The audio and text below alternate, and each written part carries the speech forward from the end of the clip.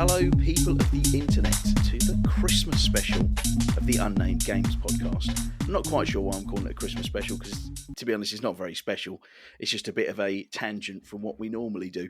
It is Christmas, though, so you know, it is 50% Christmas. right. I thought you were just calling it. You were just referring to Phil when you said the Christmas special because he's a bit special and it's Christmas. How rude! How rude! Just off a tangent from how I normally would introduce people, you've heard the voices. The boys are here. We've got Mr. Ratley Ratster. Bar humbug. Oh, he loves a bit of Christmas, that boy. Mr. Phil Thompson. Hello.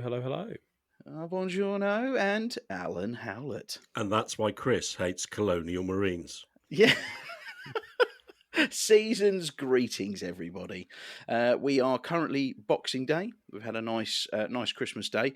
We thought we still wanted to get together and have a bit of a chat and put something out onto the tinterwebs, but have it a little bit different. So it's going to be not really full of news and boring chat about business and politics and stuff like we seem to have been going off on tangents. Yeah, we're just going to have a bit of a chat, to be honest, talk about Christmas, and we're still going to do a quiz, and the quiz is Christmas themed. Oh, yes, it is.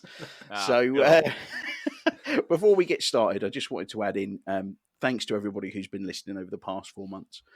We really appreciate it. It's been a really, really good, fun time. A lot of us have been furloughed or off for different reasons, and actually it's been a nice to kind of bring a bit of normality back to having this sort of every Friday meeting together, and we've got like a bit of a WhatsApp group. We're all communicating about different things going, and it's been really, really fun.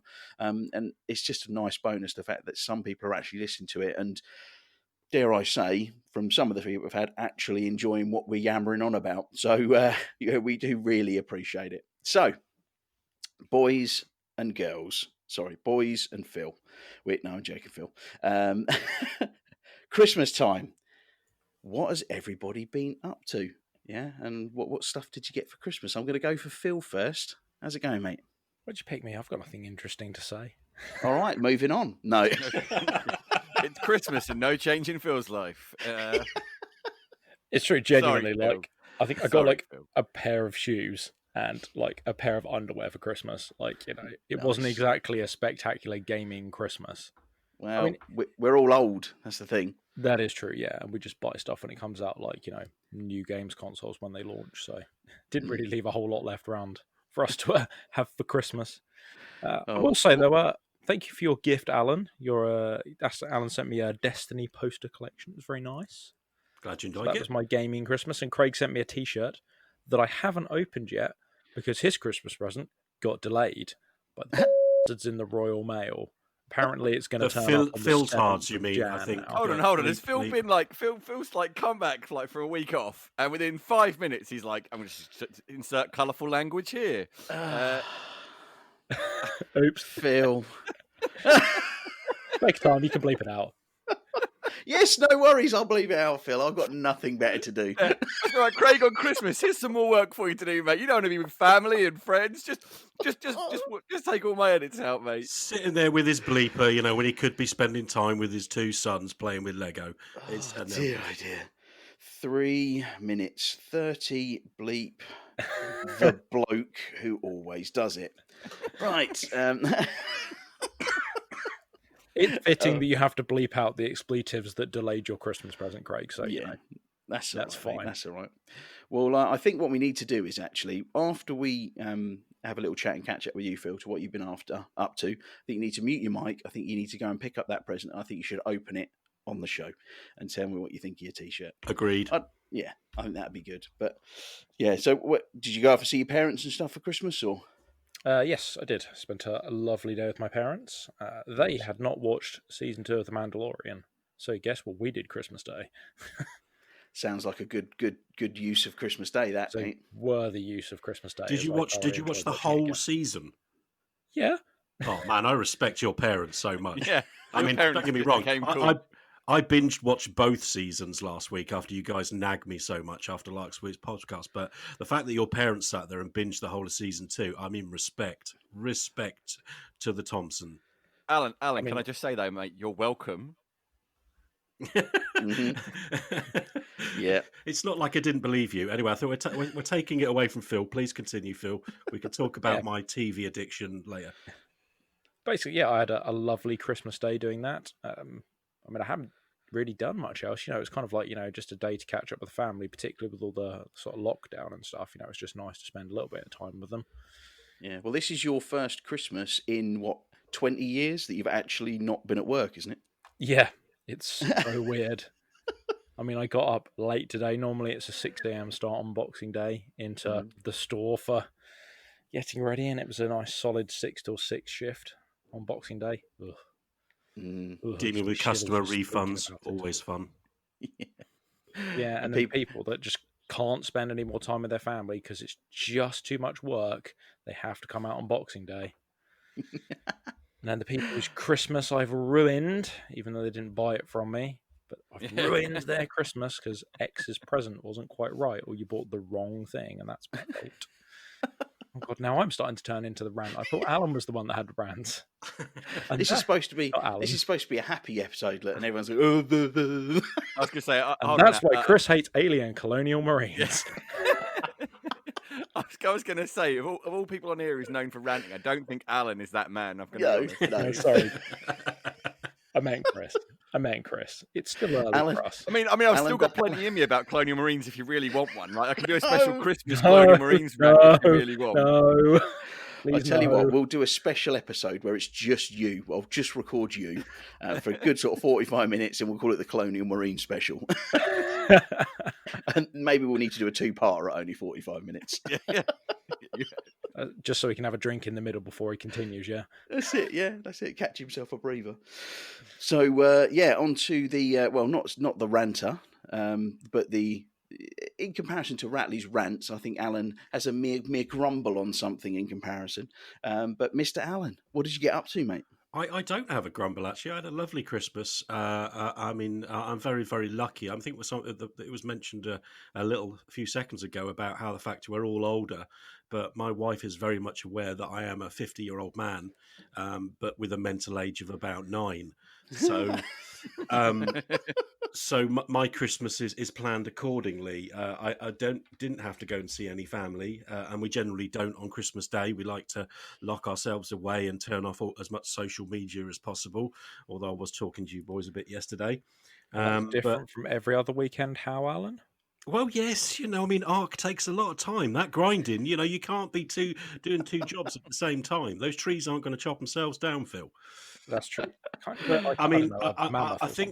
I think my Christmas haul, as I'm referring to it, was significantly more that would normally be intended for a 12-year-old boy. And I couldn't be more happier. So Nice. the primary present from my lovely wife, Ellie, was a Cyberpunk official controller. Lovely. Yeah, it's really flash, actually. It's kind of flash in a kind of... it's been thrown in a trailer and scratched and kicked around a road for about 10 minutes type of way. Yeah. Making something look crap actually takes a lot of work, though, I think.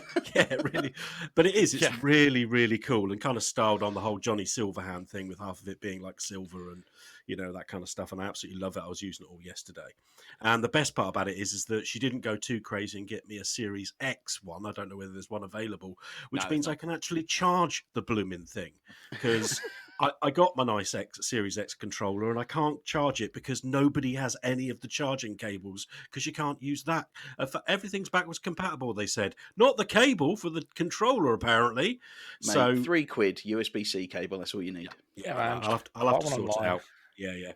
The other thing, I'm afraid I'm going to take up a lot of time here because I've got a lot of things to talk about my presents, whereas you guys are kind of like, I got some shoes. So I apologise for that in advance. But something that I kind of got a bit obsessed with last year, and I've become a massive fan, is online D&D. And in particular, I don't know whether you've heard of it, I'm sure you might have done, is Critical Role. Which is a bunch of voice actors out of California. They all work. In fact, 2 of them, Ashley Johnson and Laura Bailey, I think Laura Bailey won the best voice for the Last of Us Part 2. Yeah. She does So that Abby in that, and she did exactly. Kate in Years 4. She's Exactly, 5. and She's Ashley great. Johnson plays Ellie, I believe. So, and they're both part of this group that do this fantastic Dungeon Master, Matt Mercer, and I've become so obsessed with it. But I'm about 5 years behind on the videos, so I've been like trying. I plow some days I can plow through about 2 or 3 2-3 hour episodes. I kind of leave it sat there on the phone playing while I'm playing like Ark, for example, so I can kind of listen to it like a podcast at the same time. But these guys are so much fun, and this year I got the Critical Role book. I've got some Critical Role miniatures, which I've already been reaching out to Ratley to maybe a bit of a commission there, because I will, if I try and paint them, they will look like something that somebody who was blind did them, because they're very small. We can talk about my rates later. That's fine. That's fine. I would like a good quality job. I'm happy to haggle. And then because of that, that kind of led on to something else that I became interested in again this year, something I've not been interested in since like I was like a teenager at college, back when we had colleges. And it was D&D in general. And then I started creating my own campaign, and it's just an excuse, to be fair, for me to buy tons and tons of stationery. Who doesn't like stationery? Like I've got like pens and pencils, and it also got me interested in fantasy map making. And another thing that Ellie got for me was a fantasy map book, which was something I had on my wish list, Amazon wish list. So that I'm very excited to have a look through that. What else did I get? Oh, earbuds. I got some really cool rechargeable earbuds. They're not as fancy schmancy as the ones Craig's going to be talking about. They're not iPhone or anything. They are, but they're really cool, and got like 150 hours charge and stuff like that. And when I actually get to leave the house again, to do anything, they'll become really useful. Walking around the house in them isn't quite as much fun, but they're really good sound quality and really great charge and really comfortable. And my dad bought me those, and I'm really, really pleased with them. Good stuff. I've got a couple more things. I haven't finished. Go for it. Go for it. Yeah, sorry, mate. It sounded like a pausing. I'm done, but obviously not. Keep going. No. I got some DVDs, and I just want to talk about them. So I got the DVD of the series Haunting of Hill House. I don't know whether you remember, this year was The Haunting of Bly Manor. I don't know whether you guys have watched that, but I personally absolutely think they're fantastic, amazing television. It's not my cup of tea, that, but I have heard of it, and I heard really good things about it. Yeah, so well written, so well acted, very clever writing, and just generally overall fantastic. Absolutely loved it. I've loved both, to be honest. And as I say, I got the DVD of the first series. Another series might be a little bit subjective, is Lost in Space, the complete first season. Oh, I love that. What you mean, as in the remake? Yeah, the remake. Yeah. And I loved one that was on really good. Yeah. Yep, totally. Yeah, the second season's available as well. Yeah. So I got the first season, and I think they did an amazing job with that. And it's just so many things that they've changed that make it so much better. Danger, Will Robinson. Yeah, I mean, the robot is just cool, isn't it? I mean, he's just awesome and cool, and the whole family's cool. But was it Dr. Smith? I love the fact that they turned Dr. Smith from a man into a woman, because she's such a great actress. I don't know her name. But she is so good at that. No matter she was in one of the Superman films, wasn't she? Yeah. Oh, was she? What she does, you'd love to hate her. She's such a good bad person actor. She's probably really a lovely person. She probably is. She's in Superman Returns, mate. There you go. Brilliant. That's it. Yeah, that's nice. probably why nobody knows her. Yeah. And then I got a couple of movies, a couple of older movies, but ones I absolutely love that are not part of my absolutely mahoosive DVD collection, which is The Stand on Blu-ray, which is my second favourite Stephen King book. And my first favourite Stephen King adaptation onto screen, other than perhaps Shawshank Redemption, because let's face it, that's the best film ever made. Everybody knows that. But yeah, The Stand on Blu-ray, and I've got to watch that. I absolutely love it, and it also has got one of my favourite songs, and in fact the only song that I think that Blue Oyster Cult ever did that was really good, which is Don't Fear the Reaper.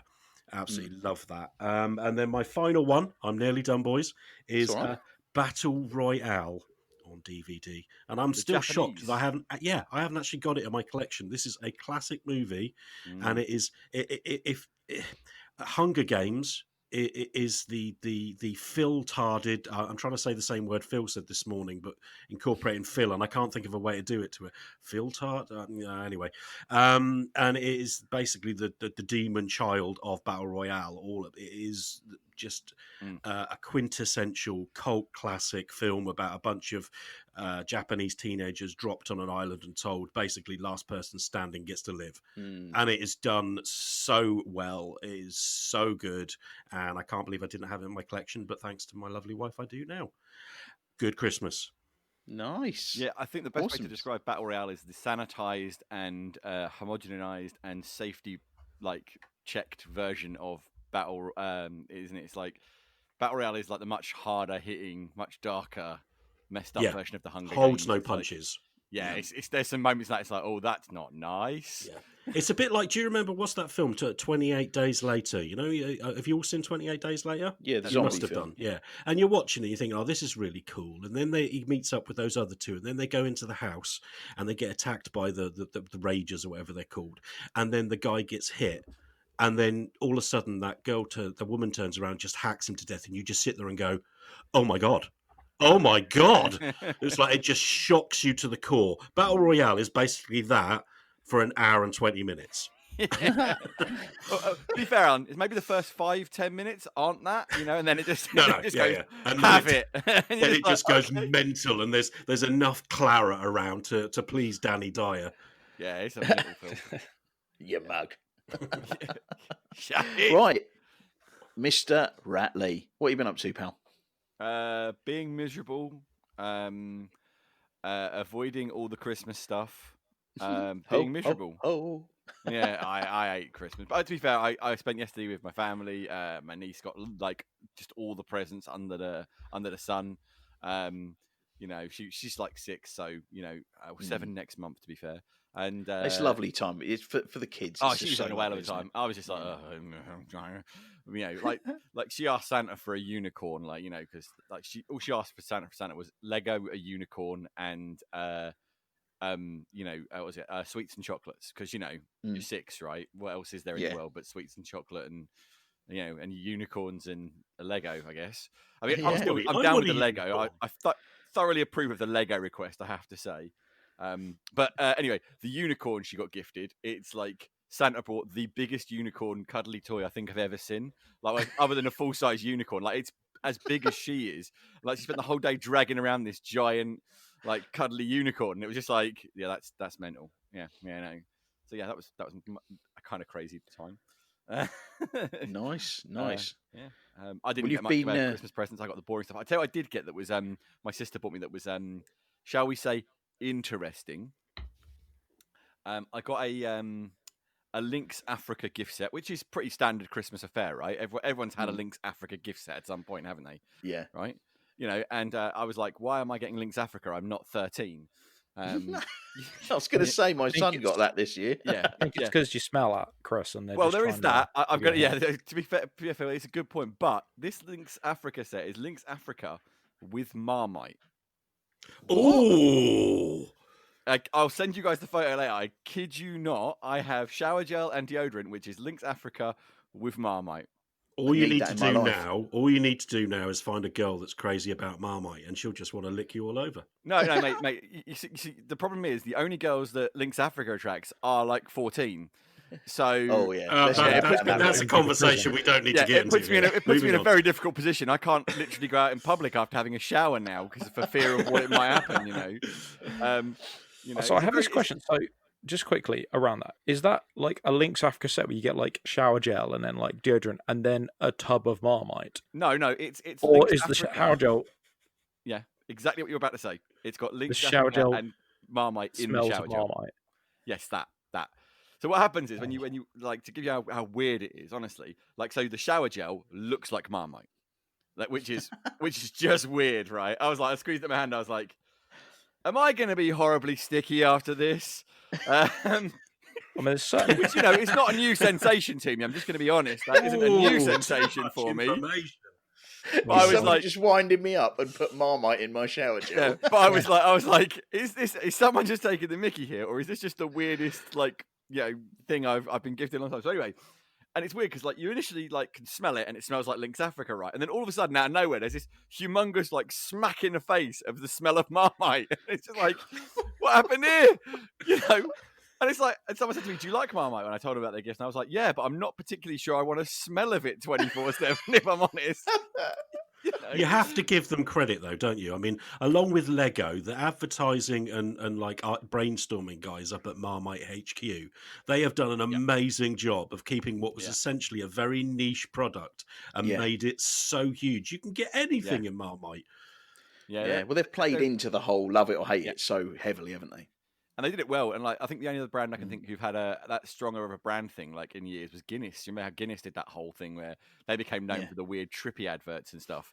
And it was like, Marmite just played into that thing so heavily, didn't they? But I mean, and the only other thing I really got of note, I got I got 2 Lego brick heads, which was Superman and Batman. Happy about that. Nice. Love a bit of Superman and Batman. Love a bit of Lego. That's a good combo of interestants.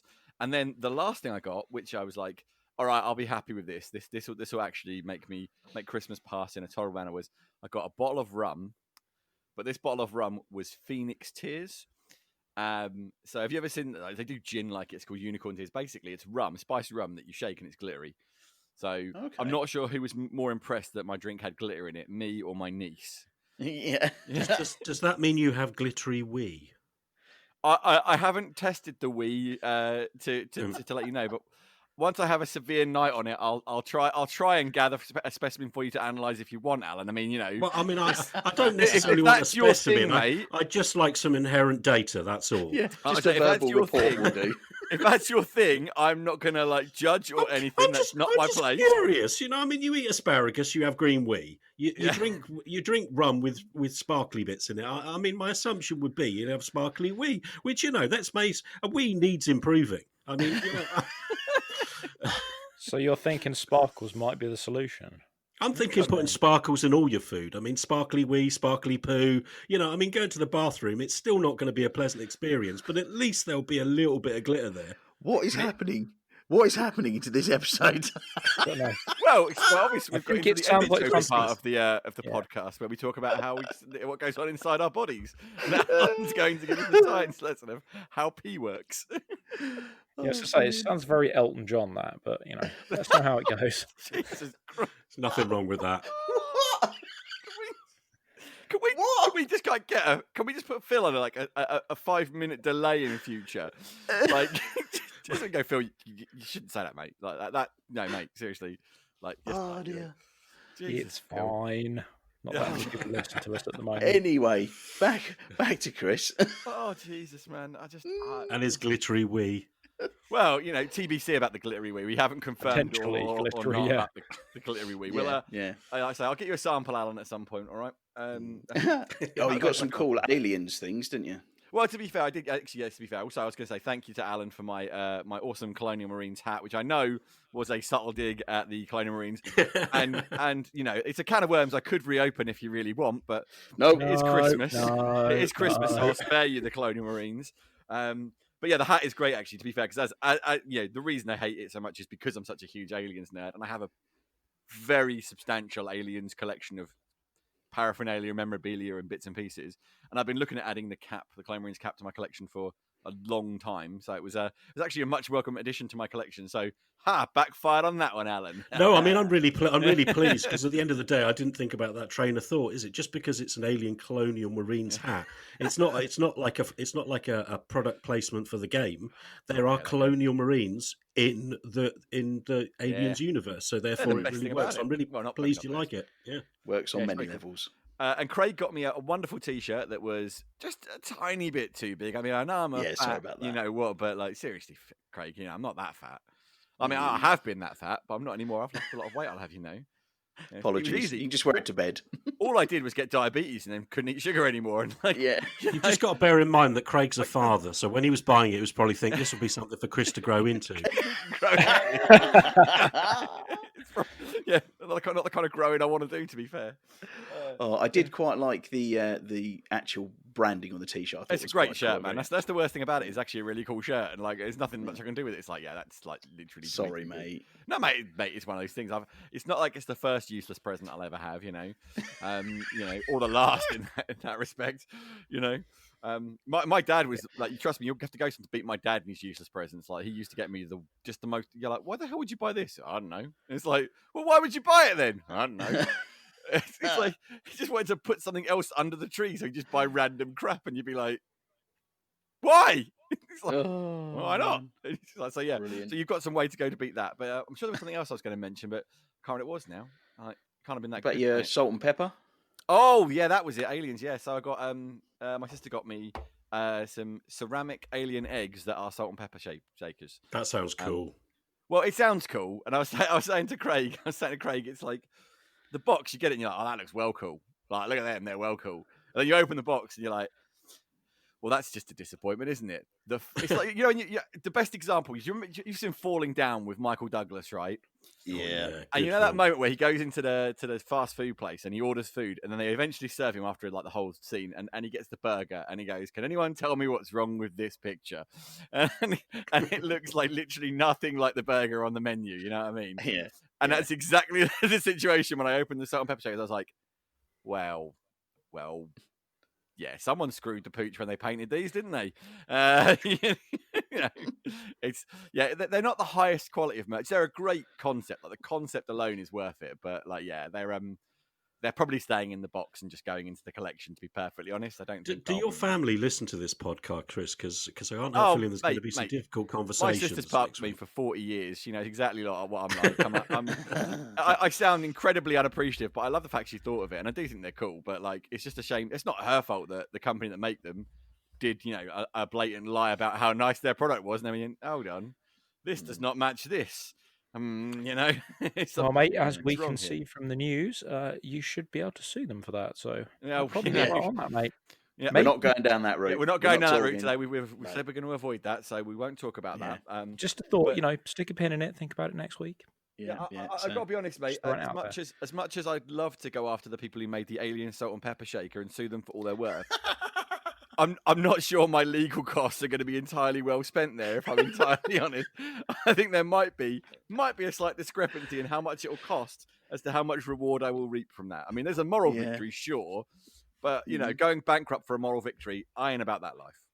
Why don't you just roll the whole Alien Colonial Marines game in there? You know, just go for a two-for deal sort of thing. Just go after the Aliens franchise. Not on a rant though, but you raised a very good point, which we can talk about in another podcast, about what's happened in the news this week, and that particular other game that I'm not going to go on about because they have a lot of similarities there, and you probably raised a very good point that should be discussed. Why X if not Y? But anyway, think about that, but we'll. Move on. Anyway, moving on for the new year. When we're happier than we are now. Sorry, less happy than we are now, because this is the happiest time of year, isn't it? Yay!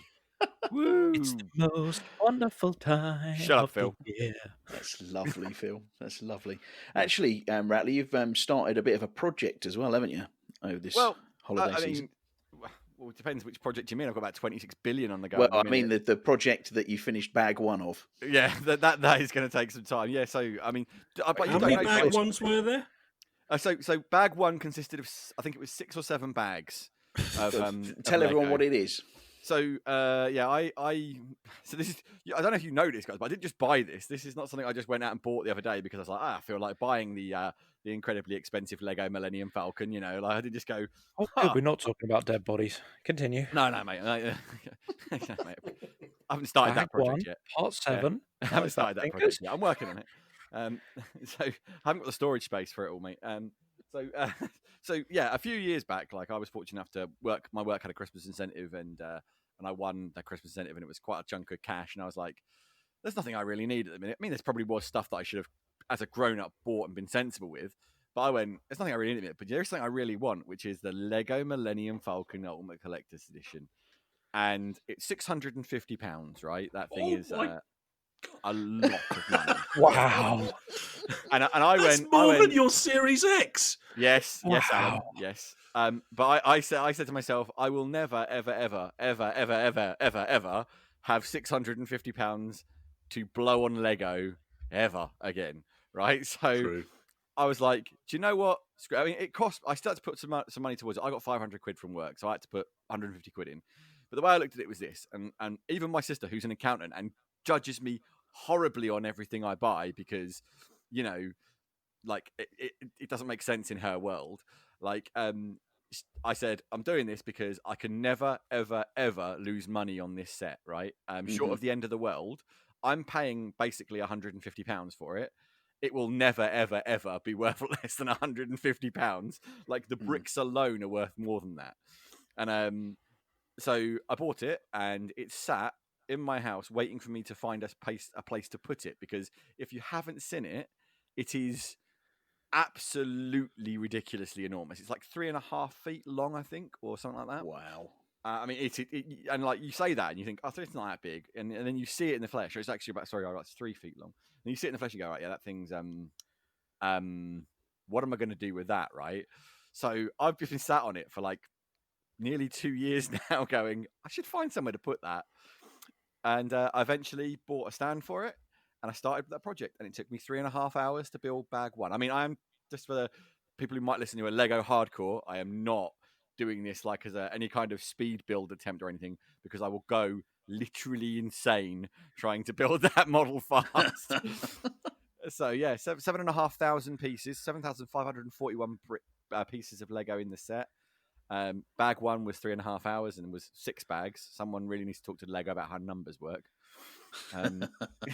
And yeah, I'm having a great time with it, but it is a big set, but it's beautiful. I mean, it's going to be like the crown jewel of my Lego collection, which is already. And you have somewhere to display it when you finished, yes. yeah? Yeah, cool. I've got a space picked out for it. I'm looking now behind me, so I might fade. You've had to lose your bed, but it'll look great. I mean, I've got nowhere to now sleep. Into a hammock hanging from the ceiling to give more floor space. But I mean, I buy and build a fair chunk of like the Lego Ultimate Collector stuff, which if you guys haven't seen them, I don't know if you guys are familiar with them, but they're the big, super expensive, like really elaborate Lego models, which are more representative. So in the past 6 months, I've had the Lego Batmobile from the 1989 movie, which is such a good model. Like, that might be last year actually, so maybe not the last 6 months. I just finished the 1989 Lego Batwing, which is awesome because you can hang it on the wall. And I've just started the UCS Millennium Falcon. I have got the UCS X-Wing Raid 5 upstairs and the UCS Slave 1, both of which are, in course, incredibly awesome. And the Tumbler from Batman Begins. They're amazing sets, but yeah. And the thing about Lego as well is, I don't know if you know, but there was a point where it was actually a better investment than gold. Did you know that? Yeah. Yeah, it's crazy. Sets with value. Again, I reiterate what I said earlier on about Marmite. Lego is another company that's done an amazing job. They nearly died off in the early 2000s, I think, and they've come back with all of these different sets and got like grown adults to pay £650 for bags of plastic. It's just it's phenomenal. Yeah. And they went from being, literally, like you say, Alan, they were nearly like bankrupt, nearly out of business, to they're now the most valuable toy company on the planet.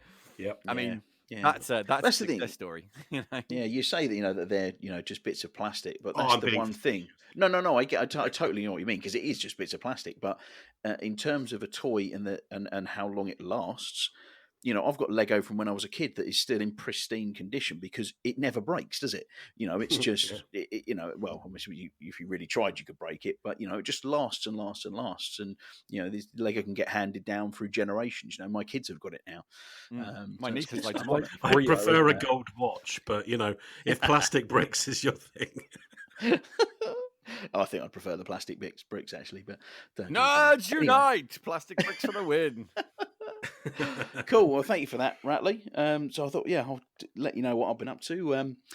So quite a nice Christmas day, just sort of chilling out with the kids. I've got my boys are 10 and 12, so it's a pretty exciting time for them. Was woken up pre 5 a.m., which was lovely. So I think I was up for like 20 hours yesterday. The boys were dead happy. In terms of sort of bits and bobs, I got a lot of smellies, different shower gels and face scrubs and things like that, and a whole bunch of sets with different beard oils and beard shampoos and beard clippers and things like that, and dressing gown and stuff. But my wife surprised me with a very nice gift. She got me some AirPods for my iPhone, which are really, really cool little bit of kit. Really easy to sync up. You pop them in your ears. The quality on phone calls is fantastic. People can hear you really clearly, and it's fantastic. I was really, really chuffed with that. It was nice to have something like that as a complete surprise. So not sponsored by Apple. No, not at all. Or Lego, for that matter. Or Lego, yeah. Or Marmite. Or Lynx Africa. In fact, we're not sponsored. If Let's just lay it down. We're not sponsored. Yeah, if anyone wants to sponsor us and give us money, then all right, whatever. Yeah. I guess kind of talk a bit about what the kids got. There was some cool stuff that Josh got. He's been watching The Mandalorian with me. He's my little Star Wars fan. And so he's had the child's bedspread for his bed, so he's got that all over there. He's had a calendar of the Mandalorian. He had Mandalorian Lego, and he got a little cute Baby Yoda toy. I know I shouldn't call it Baby Yoda. Grogu, sorry. Bit of a spoiler there, but yeah. And it is the cutest little thing, and it literally hasn't left his side. He absolutely loves him. He's been, little Grogu's been sat on his radio control car that he got for Christmas and driving around the front room, and it's just been a really, really pleasant day. We sat and watched Home Alone, classic Christmas movie. I love to watch Home Alone. Every time I watch the bit with the robbers going through the house, I laugh just as hard as the first time I watched it. Absolutely love it. Joe Pesci is brilliant, and I forget the other chap's name. Doesn't matter. Anyway, but Two Burgers are great. And then randomly, who cares about him? Yeah. Randomly, I watched The Demolition Man as well. Oh, yes. 3 seashells. Oh, Send man. a maniac to catch a maniac. Yeah. Such a cheesy film, man. He turns around to the guy and goes, "Hey, you can think about that for the rest of your life. All 2 seconds of it." Oh, those 80s one-liners. There's nothing better. Man. Just awful, but in such a great way. Yeah. Part of me wants a modern version of that. Yeah. No, you can't improve on perfection. You can't. It's perfectly awful. Wesley Snipes was brilliant in that as well. Let's be honest, the bad guy. Simon Phoenix, he was great. Yeah. Crazy with his wild eyes and stuff. Yeah, man, he was brilliant. 3 quality stuff. 3 seashells, man. Yeah, definitely. I decided also to treat myself because my wife, bless her, she always sort of says to me, she goes, "I don't know what to buy you." She goes, "I can't buy you, stuff for your Xbox or stuff for your PC or your geek stuff because you just buy the stuff that you want, and I don't want to get the wrong thing." She always tries to sort of think outside the box, and she's done really well this year. But I decided to buy myself a game for Christmas, and I got Immortals Phoenix Rising. And I've played about 2.5, maybe 3 hours of it, and I've got to say it's absolutely fantastic. I love it. It is such a good palate cleanse from a lot of the stuff we've been playing recently. It's got that kind of it's an open world game, but it's very purposefully crafted. Every nook and every cranny you go into, there's either a chest or a puzzle or a secret door or a new piece of armor or something like that, or a new person to talk to.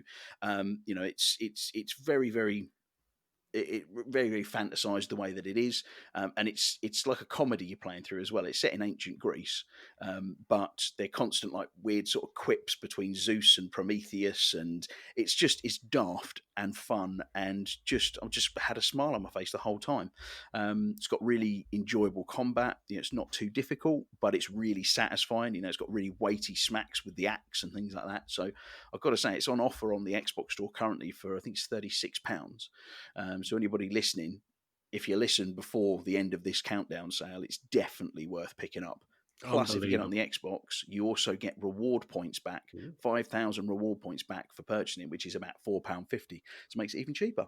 Only took 38 minutes into the podcast for us to actually talk about a game on the Unnamed. That's all right, man. Well done, mate. Well done. To be fair, Alan, to be fair, we did mention Aliens, Colonial Marines multiple times, so we have talked about games. Yeah, that is true. The only positive thing said about a game was Craig at 38 minutes. Yeah, 38 minutes.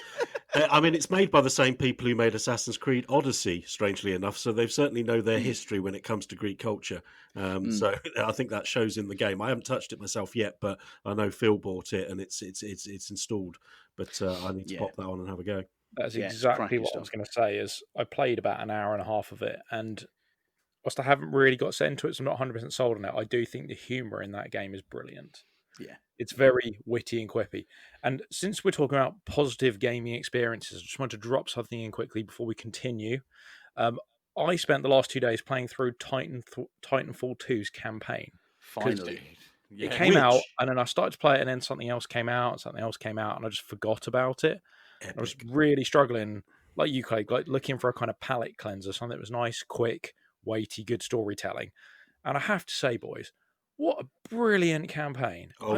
Genuinely brilliant. I mean, it's not long, is it? It's about 6 hours, but it's 6 hours of perfection. And incidentally, just as a little tie-in to what I was talking about Critical Role earlier on, the main protagonist is voiced by Matt Mercer, the DM from Critical Role. Yes, I did notice that as the credits were rolling last night at 22 minutes past 1 in the morning, because I felt the need to finish it. But yeah, that mission where you like teleport through time, and it's like halfway through and you go into the future and the past, and oh god, I felt like an absolute predator playing that. Like, he's over there. Then you teleport to like into the future. And your relationship with your mech. What's the name again? I can't remember the name of the mech. BD.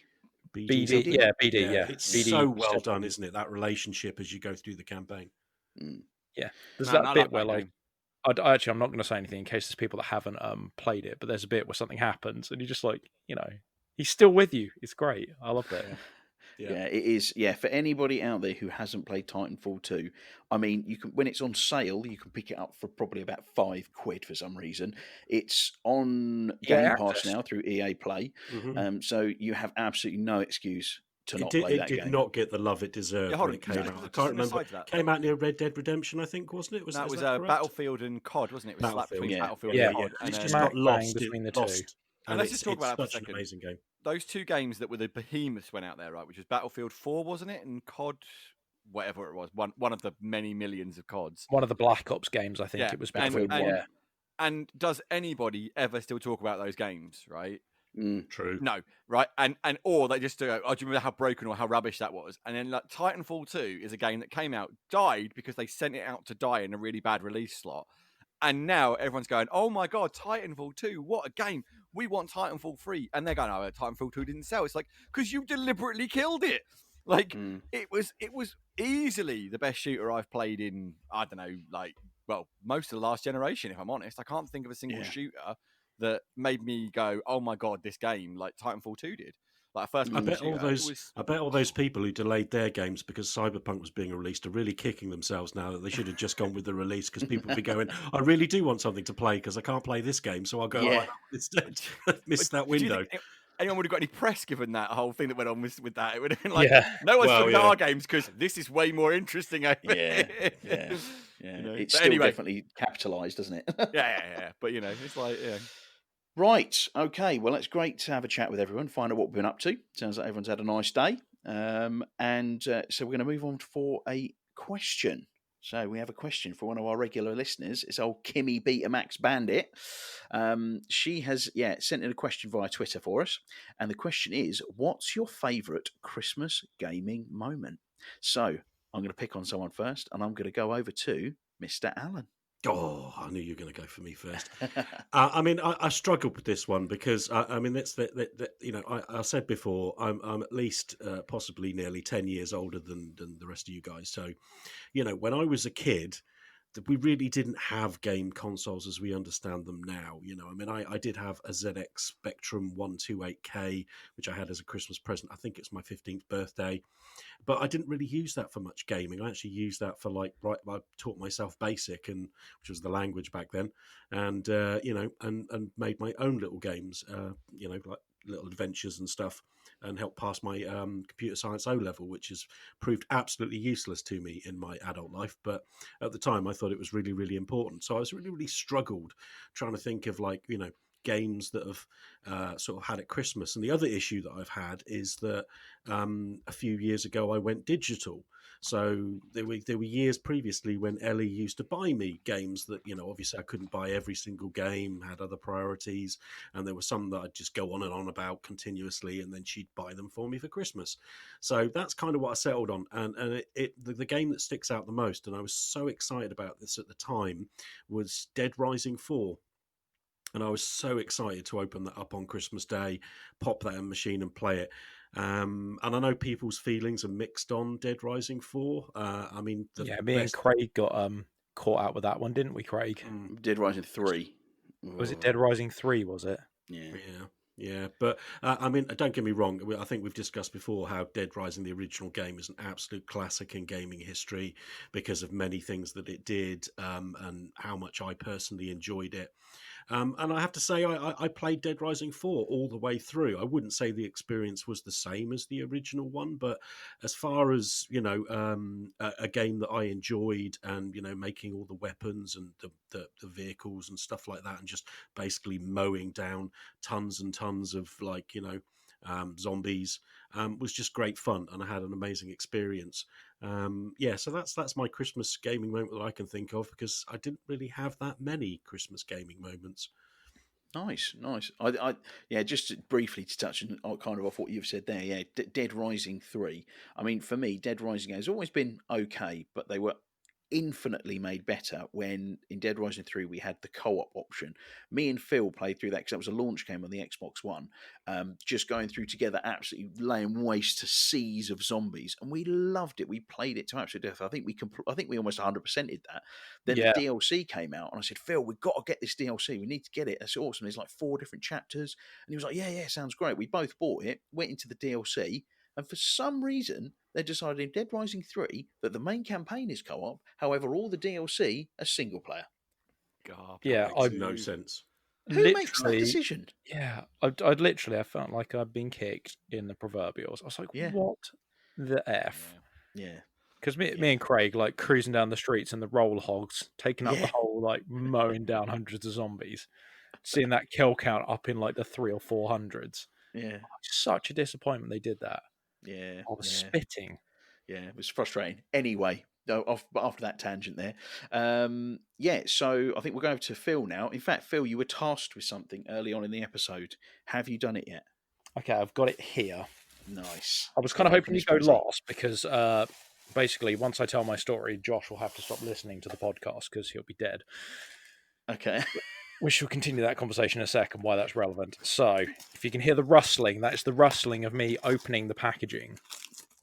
I just want to say, and I don't want to spoil Phil's moment, but I didn't mention thank you very much for my Christmas present, Craig, which was a Witcher t-shirt. Oh, yes. Awesome. And equally, thank you, Alan, for your present. Yes, a Johnny Silverhand figure. Very, very cool. And he's sat on my shelf next to me right now. Cool. Okay, he has bought me a t-shirt. Mm-hmm. Is that a Portal t-shirt? Very clever. It is, yeah. You read the message out. And cake will be served immediately. Now, like that. I'm going to need to explain this to you something because you won't be able to test it right now because it's daytime. When you wear that t-shirt in the dark, it has a different message. Okay. Yeah. All right. Yeah. So when you go into the dark, you know what? I won't even tell you. You'll see when you go into the dark. You have to have a look in the mirror. Okay. What does it say on the t-shirt now? I missed that. So it's quit now and eat, and cake will be served immediately. Oh, I think I can guess what the writing is. I mean, to be fair, like if you can't have a good educated guess at what that other message is, then all right, I'll just say it. It just in glow in the dark instead it says the cake is a lie. Shock that. I mean, I never would have seen that one coming. Plot twist of the century right there. Why does that? When we just talk about Portal, it just makes me want to go back and play Portal 2. That is a game for the ages. It never gets old. It's still amazing. Both of them. That first Portal was like I really enjoyed the first one. Yeah, mind-blowingly good, that first Portal. I just remember playing it being like, how have they come up with this as an idea? It's so clever. You know? It's classic Valve, isn't it? They only release a game when they go, you know what, we've got something very unique and new here. That was a group of students, wasn't it? It was a project that some students did, where they showed a tech demo, and Valve were just like, come here, make the thing, do that. Valve saw it and went, you're making a game of that, and they were like, huh? And it was banged out, wasn't it something really short time, like 6 months or something crazy like that? They banged the whole game out. It's mega for that. That's proof that the gameplay is king, right? Yeah, definitely. Totally. Yeah. Right, Phil, what's your Christmas gaming moment, mate? So, my Christmas gaming moment, basically, this is the first thing that came to mind, particularly when it was Betamax Bandit that asked the question. Because, was it 4 or 5 years ago now? I was basically house sharing with her other half, who's called Josh. And this kind of technically overlaps into sort of New Year's, but it's the Christmas period. So, I'm going that this one still counts. Basically, me and Josh were sitting on New Year's Eve, and we were both playing the Old Republic because it was quite a new-ish released game at this point in time, or like we'd certainly recently got into playing it anyway. And we're like, oh yeah, we'll just play this because for some reason, again, we were both working the next day, so we couldn't go out and get absolutely hammered or anything like that. So we're like, okay, we'll just have a kind of night in and play gaming. And we're sitting there, and me and Josh on his laptop, on my desktop, playing the Old Republic, and it's getting to about sort of, I don't know, 10 to 1 in the morning at this point. So New Year's has been and gone, and it comes up in the game, and people are throwing fireworks around. Oh, brilliant! Yeah, carry on doing the mission. And all of a sudden, Josh turns around and he goes, "Oh, Phil," because I can't swear. "Where's my phone?" I was like, "I don't know. I think it's in the other room." He's like, "Oh God, I need to check. It's gone. It's gone New Year's. I haven't spoken to Kim." He just runs out of the room, goes and grabs his phone, and he's got about 7 missed calls and 3 messages. And he's like, "Oh no!" They hadn't been going out that long then, had they? No, he was still together. They are, yes, yeah. It's bought a house and everything actually, but yeah, he was in very, very hot water. And mate, he's gonna love you bringing that back up again. And they just bought a house together, and that was the end of that story. Yeah. Good job, Phil. Good job, mate. That's why I was hoping you'd save me till last, because Josh is never going to hear what happens for Alan. Because he'll be dead. Oh, man. Oh, brilliant stuff. There's like the briefest moment just as his door shuts, like, "I'm really sorry," and that's the last thing I heard for the rest of the evening. Oh, great stuff. Right, Mr. Chris, what's yours, mate? I've actually talked about this before on the podcast. Like, it's got to be when I was however old. I mean, I can't really remember, to be fair, but I was in middle school. I know that. Yeah, I was in middle school. And my parents gifted us the Commodore Amiga. And like I say, as I said the first time, my dad had kind of said to us about a week before, "Oh, the computer's not going to be here in time." And we tried our best. We couldn't get it in time, blah, blah, blah. And we were just fine with it. And I'll never forget that feeling when I saw it like being carried past like my living room window and by my neighbours and like just kind of losing my mind a little bit. There's still that moment, like I said last time, just like me going, like seeing my brother sat there doing whatever he was on the sofa and she's, "Oh my God, Andrew, the Amiga's here." And his answer was, "What?" And I'm just like, I literally grab him and like, "Oh my God." I was like that Nintendo kid. Have you seen that on the on YouTube? The kid who gets the SNES is like, is it an N64? It might be an N64, whatever it is, but this kid loses. And I was completely rabid. But it's more than that. It's like the whole Christmas period, that whole thing.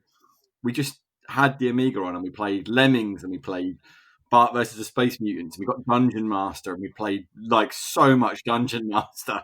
And that it was just such a good Christmas. I just remember that being like one of those moments that it's hard to forget, like that feeling. And when I liked it, when Christmas wasn't crap, and I didn't know how commercial and nonsense it was, but I was a kid, right? So I didn't care about that. But yeah, it was wonderful. Like it was one of those few Christmases that it really stands out. And I think it's probably why I have such a love for certain games. Like, I mean, not Bart vs Space Mutants. Let's be honest, that game was rubbish. Other than the great opening cutscene that was like groundbreaking graphics for the time. It's is what it is, I guess. Yeah, great stuff. Cool. Right. So, well, I guess that just leaves me, really. I kind of go back to a Christmas memory. I was thinking about it, and I do remember one Christmas desperately wanting a Mega Drive, Sega Mega Drive, and it was the Mega Drive 2 at the time, because I'd had a Master System, and I could just remember that Christmas. It's nothing, other than me just going, I love it. Was getting my Mega Drive 2. I remember sitting in my parents' bedroom. I was quite young, like Christmas morning, like, oh my gosh, can I open it? Ripping it apart and just seeing the box there, and I had Streets of Rage with it, Sonic 2, Super Hang-On, and then just taking it into my room, plugging it into my little 14-inch Matsui portable TV. Love it. And just sitting there for, being frustrated. I had to go for Christmas dinner because all I wanted to do was play Streets of Rage. It's great stuff. Well, thank you very much for that question, Kimmy. And I think what we'll do is we're going to take a quick break. And when we come back, we have a lovely Christmas-themed quiz, which is based around movies and games. So we'll see you in a tick. I just like to smile. Smiling's my favorite. Okay. Okay, people, tomorrow morning, 10 a.m., Santa's coming to town. Santa! Oh, my God! Santa here? Hello, everybody, and welcome back. It's time for the Christmas quiz, Jing-a-ling-a-ling-a-ling, a Christmas quiz. Did you like that? Please don't do that again. Beautiful. Oh, okay. Please I stop. liked it. Right, okay, we have got pretty standard quiz, but it's going to be based around Christmas, about some Christmas movies and, spattering of Christmas games in there as well. So it's going to be a buzzer game, so I would like from each of you a Christmas buzzer, please. Chris, would you like to go first? Yes, my Christmas buzzer is undoubtedly a Christmas buzzer, and if anyone has an argument about this, we will definitely have an argument, which is yippee-ki-yay. Yes. I was going to pick the same one. I was thinking the same thing as well. And that's why I was so pleased when Craig came to me first. I was like, I guarantee all of us nerds will pick yippee-ki-yay. So Best I get Christmas dibs on movie it. ever. Yes. Love it. Brilliant. Right, Alan. It's Santa! Maybe from Elf. I don't think I'll be saying it that loud every time, though. Love that movie. Nice. And Phil. Keep the change, you filthy animal. Nice. Oh. Boom. Love it. Brilliant stuff. Great. Right. So we've got those buzzers up and running. Let's get a crack in. So, question number 1. How old is Kevin McAllister in Home Alone? It's Santa. Go. 12. No. Yippee-ki-yay. Go for it, Chris. 7. No. Am I just supposed to take a guess here? It's up to you, mate. People can buzz in. It's Santa. Go, Alan. 10. No. Yippee-ki-yay. Yeah. 9. No. It's Santa. Do you know what? 11. No. Ah! Yippee-ki-yay. No, you know what? You boys can shut up. Phil, you can have a couple of guesses. Go for it. Wait, what have we had? We've had, what, 7, 9... Now 8. he wants It's help. 8. Yes, Phil. It's 8. Man, I can't believe you were going over the side of that so much. That was brilliant. Yeah, but the listeners, they kept going so quickly, I actually completely forgot my buzzer. I couldn't even think of it. They just kept going. And my brain farted. I'm so glad you Phil's gave had a me a week chance. off from the quiz, and he's not in match fitness, is what it is. That's it. Yeah. That's it. Oh, dear. That's excellent. Right. Question number 2. In Elf, what's the first rule of the Code of the Elves? Deathly silence falls across the group. I've not watched it, so... Pardon? Phil's out the running. He's not there. Pardon, Phil? I mean, I obviously don't know it that well, but seriously? You've never seen Elf? That's disappointing, man. Very. So, do we give up, boys? There's nothing coming through here. I haven't got a clue. I mean, I've watched it a couple of times. I love the movie, but I'm not, an expert. Do you want to give it a punt, Chris, or not? It's probably something like always smile or be happy or something like that. So, Okay, it was treat every day like Christmas. Yeah, there you go. Right, question number 3. Die Hard takes place on Christmas Eve in which city?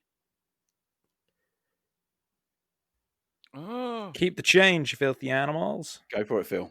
New York? No. It's Santa. Alan. San Francisco. No. Yippee-ki-yay. Chris. I believe it's Los Angeles. It is correct. Los Angeles. Angeles. It is. Of course it is. He was an NYPD detective. So I can see we got the... Isn't the actual the Nakatomi Plaza in that? It was actually the actual production company's main headquarters at the time, wasn't it, or something? Oh, I don't know. I didn't know that. Yeah, and they got complaints from the local neighbourhood because of all the explosions and everything, and the police came and took it off. Brilliant. Right, question number 4. Which open world game set at Christmas sees you play a gun-toting character trying to rebuild society after a virus wipes out a huge portion of the population of the US? Keep the change, you filthy animals. Phil. The Division? Is correct, yes. See, that it's true. It's set at Christmas, but it's Black Friday is when it all goes peak tong, isn't it? Well... Yeah, Christmas season. There's Christmas trees everywhere, Christmas decorations. It is Christmassy, mate. That's it's actually one of the things I love about the second one was they kept all the Christmas stuff, even though it's the summer. Yeah, that was quite in the summer. That was cool. Sweet. Right. Next question. Which famous US political figure makes a cameo in Home Alone 2? It's Santa. Alan. Donald Trump. It most certainly was, yes. I was too busy sighing to get my buzzer out. I just didn't want to say the name out loud. I think the less we say the name, the quicker he'll go into obscurity. If you don't say his name, he'd cease to exist. Oh, we can only hope. As opposed to if you say it 3 times in the mirror and he appears behind you.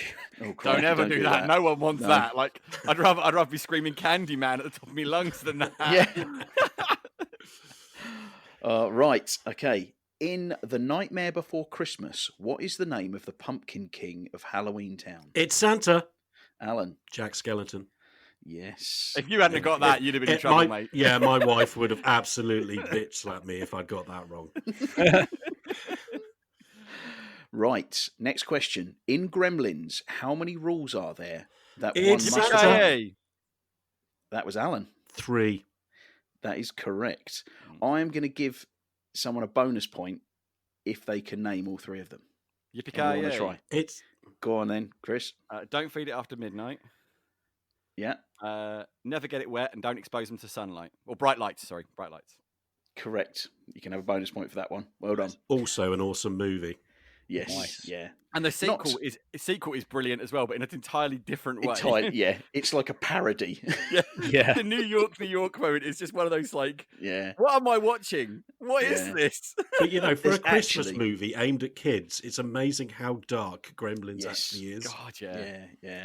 There's Gremlin actually in the a really microwave. good Key and Peele sketch about the people producing Gremlins 2.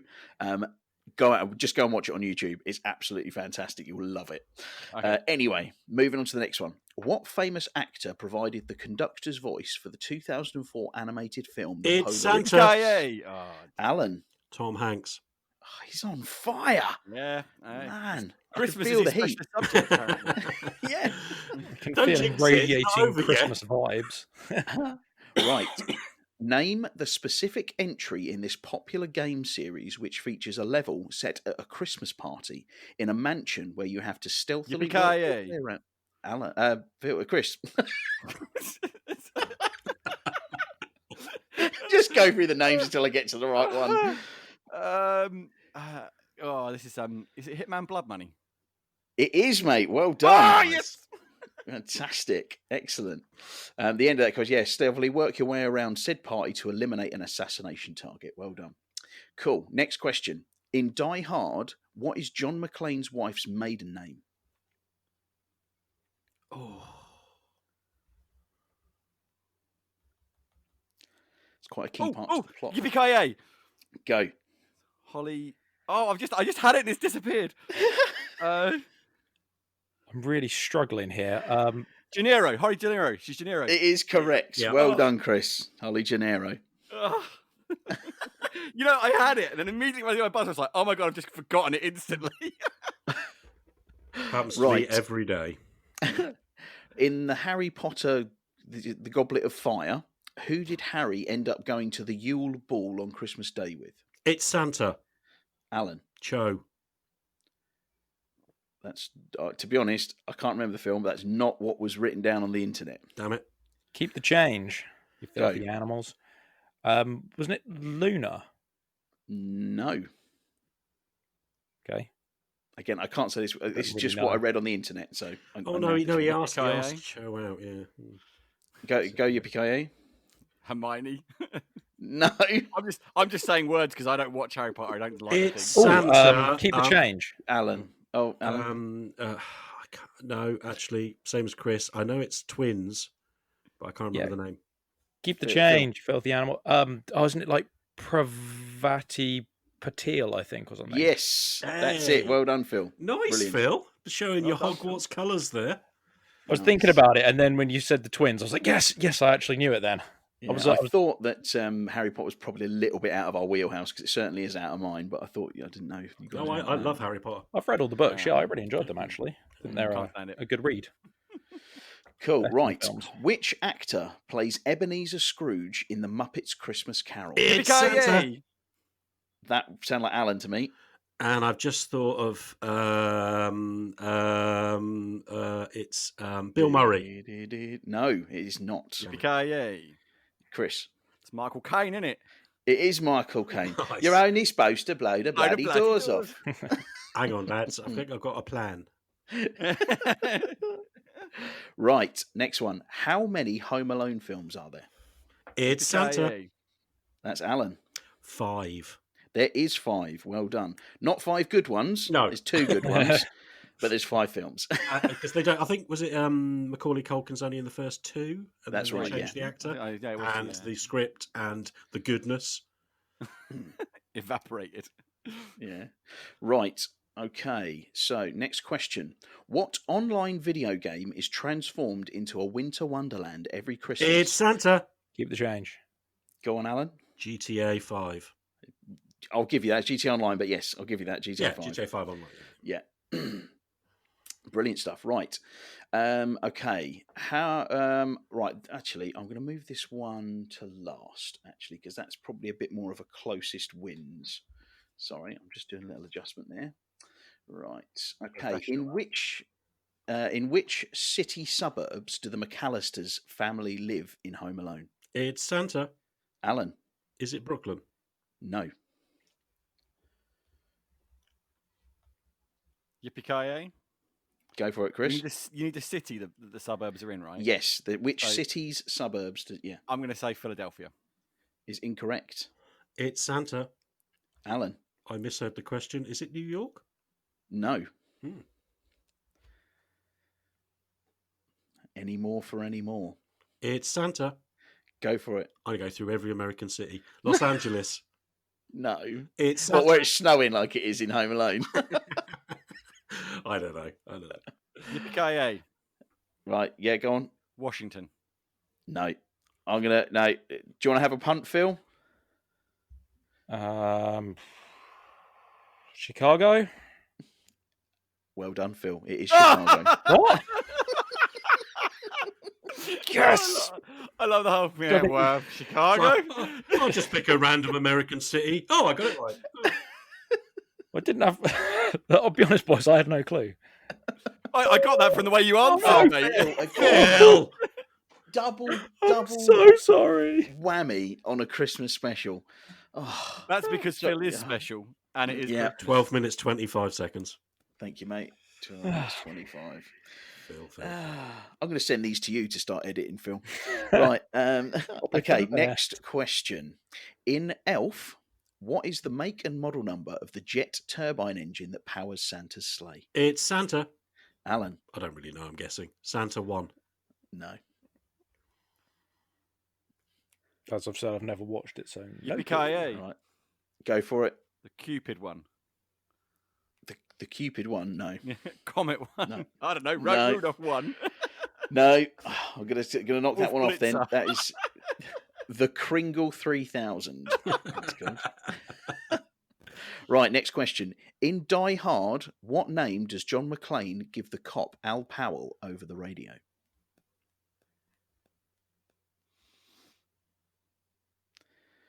What name does John McClane give the cop Al Powell over the radio? Do you know the cop I mean? Oh yeah, yeah, the guy who eats all the Twinkies. Yeah. Can't remember the name though. No. I know the surname of the guy, I'm sure, but I can't think what he actually tells him the first name is. Well, I just told you the surname, Powell. No, I mean the surname that McClane gives. It's based on a cowboy, isn't it? So the name that he gives Al Powell is Roy. Right. Roy Rogers. Yeah. Okay, so right, next question. What does Harry's van say on the side in Home Alone?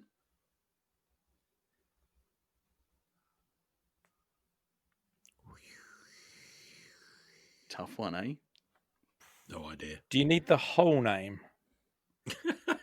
Can we just give letters? It's got A in it.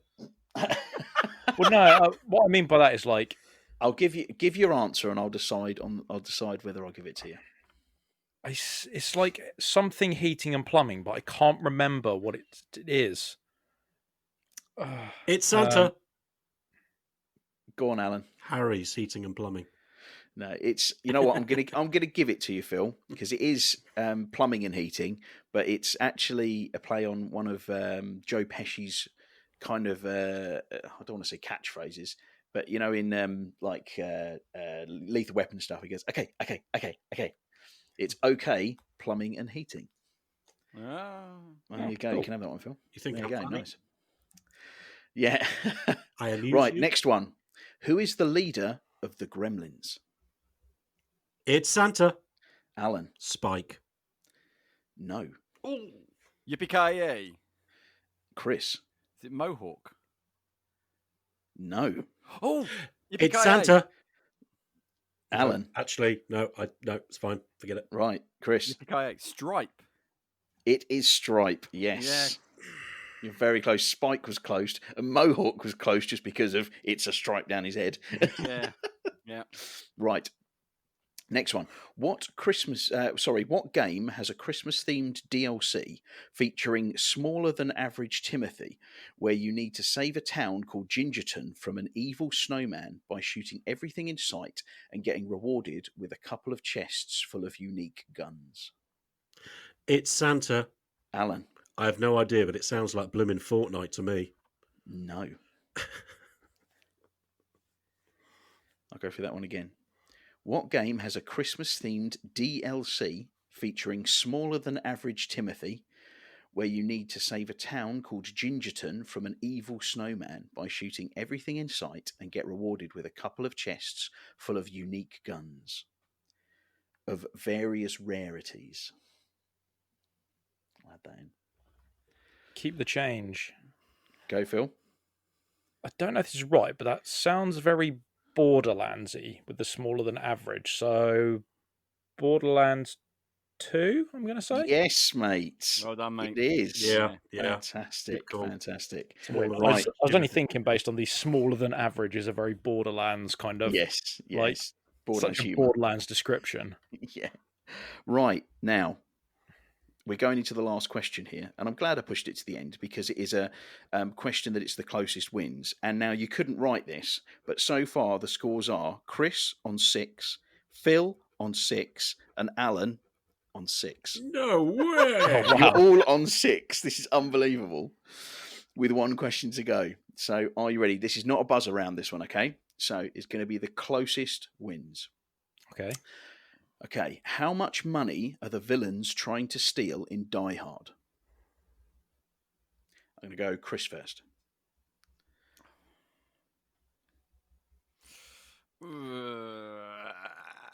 Tense. $500 million. 500 million. Phil, you next. 650 million. 650 million from Phil. And Alan. 495 million. 495 million. That's clan. Oh, I'll be honest, if Alan had gone before me, I would have definitely gone 605. Yeah. Or 505 even. Right, okay. So after those answers you've given, Chris, 500 million. Phil, 650 million. And Alan, 495 million. I can tell you that one of you is very close, within 10 million. Oh, this just got interesting, didn't it? And the person that is the closest is Phil. It's $640 million. Oh, yes, boys. Well yes. played, well played. I'll be honest, I actually knew it was 600 something. Yeah. I remember it nice. being 600 something, but I couldn't, so I forget 650. Figured I was in the middle. Yeah, well played there. Congratulations, Phil. That was awesome. Well done, boys. Can't believe how close it was. Yeah, it's good quiz. Yeah, so 6 for Chris, 6 for Alan, and 7 for Phil. Well done. Brilliant stuff. Well played, Phil. Congratulations, sir. Wicked. Right, well, that's about it, I think, for our little Christmas get-together. So I guess all that leaves, really, is it's a bye from me. It's a bye from Chris. Bye! It's a bye from Alan. It's Santa! It's a bye from Phil. Josh, I'm really sorry if you're still alive. Craig, I'm sorry you have to edit twice. See you later, everybody. Bye-bye.